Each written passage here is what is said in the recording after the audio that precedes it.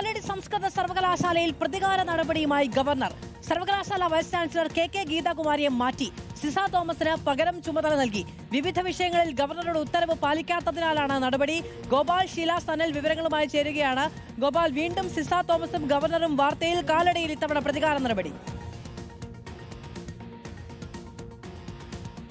അതെ മാധു, വിവിധ വിഷയങ്ങളിൽ കെ ഗീതാകുമാരിയോട് ആവശ്യ റിപ്പോർട്ടുകളും ഫയലുകളും നൽകാത്തതിൽ ഉള്ള പ്രതികാര നടപടിയാണ് ഇപ്പോൾ ഗവർണർ രാജേന്ദ്ര വിശ്വനാഥ് ആർലേക്കറിന്റെ ഭാഗത്ത് നിന്ന് ഉണ്ടായിരിക്കുന്നത്. അതിലൊന്ന് BFA പാസ്സാകാത്ത വിദ്യാർത്ഥിക്ക് MFA ബിരുദം നൽകിയതാണ്. രണ്ടാമത്തേത് സർവകലാശാലയിൽ അധ്യാപക നിയമനവുമായി ബന്ധപ്പെട്ട ഒരു പ്രശ്നമുണ്ടായിരുന്നു. ഈ രണ്ട് വിഷയങ്ങളിലായി ചാൻസലർക്ക് ലഭിച്ച പരാതികൾ, ആ പരാതികളിൽ പരീക്ഷാ കൺട്രോളറോടും വൈസ് ചാൻസലർ ോടും വിശദമായ റിപ്പോർട്ടും അതുമായി ബന്ധപ്പെട്ട ഫയലുകളും ഹാജരാക്കാൻ ആവശ്യപ്പെട്ടിരുന്നു. എന്നാൽ ഗീതാകുമാരി സിൻഡിക്കേറ്റിനോടൊപ്പം ചേർന്ന് നിന്നുകൊണ്ട് ഈ ഫയലുകൾ ലഭ്യമാക്കാതെ അത് സിൻഡിക്കേറ്റിന്റെ വിവേചനാധികാരം എന്ന രീതിയിലേക്ക് തീരുമാനം എടുക്കുകയായിരുന്നു. അന്ന് മുതൽക്കേ തന്നെ ഗവർണർ അത് കൃത്യമായിട്ടുള്ള അതൃപ്തി വ്യക്തമാക്കിയതുമാണ്. ആ അതൃപ്തി ഇപ്പോൾ പ്രകടമായിരിക്കുന്നു. കെ ഗീതാകുമാരിയെ VC സ്ഥാനത്ത് നിന്ന് നീക്കം ചെയ്തിരിക്കുകയാണ്.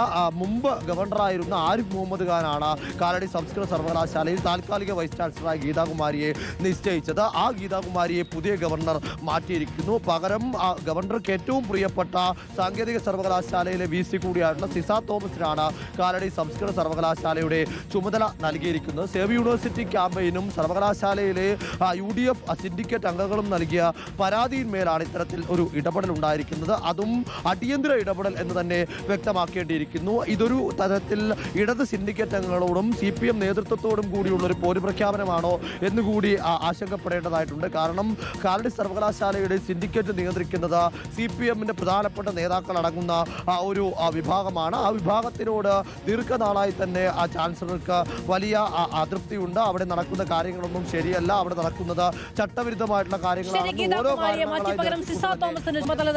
ഗവർണർ ഗോപാൽ ശിലാസനലാണ് വിവരങ്ങൾ നൽകിയത്.